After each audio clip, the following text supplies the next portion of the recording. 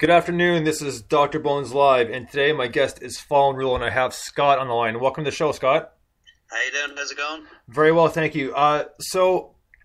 First and foremost, Fallen Rule. Where did the name come from? I mean, I kind of have an idea of like what the title's about, but was that something that you guys thought about for a while, or just kind of pick it out of thin air? How'd that come about? Well, funny enough, it was. I actually wrote it in a line of a lyric of one of the songs first, and I kind of just said it, and then when I realised when you took it out of context of the sentence, the two words together shouldn't really be together, like an oxymoron kind of thing. So it was just like that. Just looked at it and was like, "There's two words that if you type into Google, nothing comes up." So I think we just kind of decided to go with the name on that. Right on. So something Google doesn't know, eh? Yeah, exactly. Yeah, it was nice to kind of know something that Google doesn't. Exactly. You beat the system, Scott. Well, yeah, we always try. We've got to keep trying, you know. So, how did you guys initially come together? Were you guys friends, or did you guys jam in other bands before? How'd that work?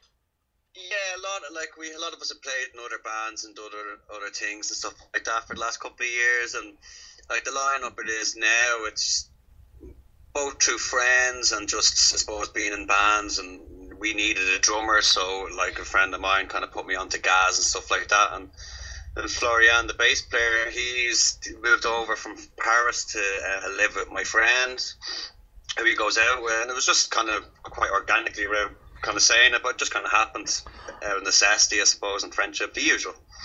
Well, right on. So, my next question would be: is when you guys initially came together and decided you're going to do this band, did you guys have a certain style in mind, or was it kind of like something you thought about for a little bit, saying, you know what, this has been done too many times, let's maybe try this way to go? Yeah, well, I suppose it's kind of confusing with music. It's you can kind of set out to do a goal and stuff like that, but I don't know. I just always found that I just kind of wrote these songs, and I like watching what other people kind of do to them and what people bring to the table and stuff like that. And we didn't really have a main plan or whatever. It just kind of happened, I suppose, the way it sounds.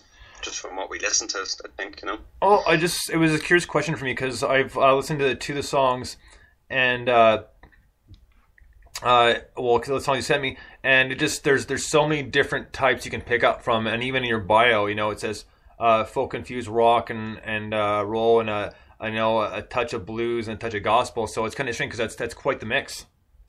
Yeah, no, absolutely. Like I think at the time of the record, I was listening to a lot of gospel and stuff, and yeah, like we all have a wide range of music that we listen to. It's you know, it's just about making a big pot, like a big casserole, and kind of throwing it all in, and hopefully something edible comes out, as they say, you know. Oh, very true. And you know, it's nice because all those different styles can make up such good tunes and stuff that you never even thought of that would go well together. Yeah.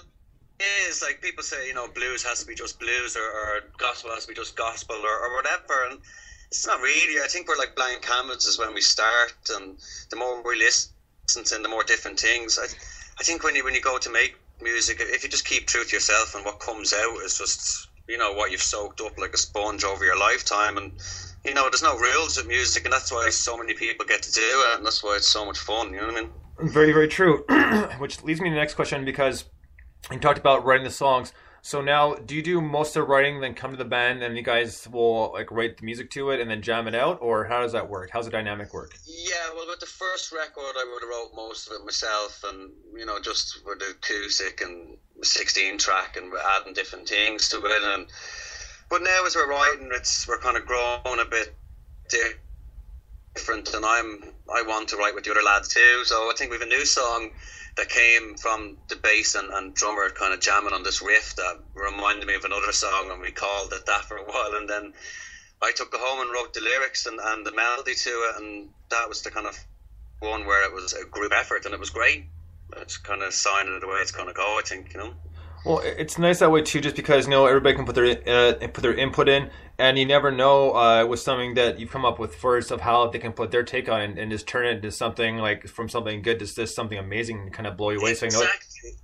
Exactly. So yeah, but it's too many musicians. I think, you know, they have a clear picture in their head, which is fair enough, and you want to stick to that. But you don't know what other people can bring to the table, and it's really important. You know, these are because you'll only do what's naturally comfortable for you, and you kind of find yourself doing the same things. Whereas if you bring other people into the situation, they'll do something different that you wouldn't have thought of, and you know, 9 times out of 10, it could really work, and it benefits the music and benefits the songs. You know. Well, that's right, and it's a lot like if I can compare it to just the different aspects compared to vocal range, because there's some songs, whether it's you or anybody else, saying, you know what, that's cool, but we're gonna have to drop it down an octave because there's no way I'm gonna hit that pitch. But if we do it this way, it'll still sound cool, but we can do it.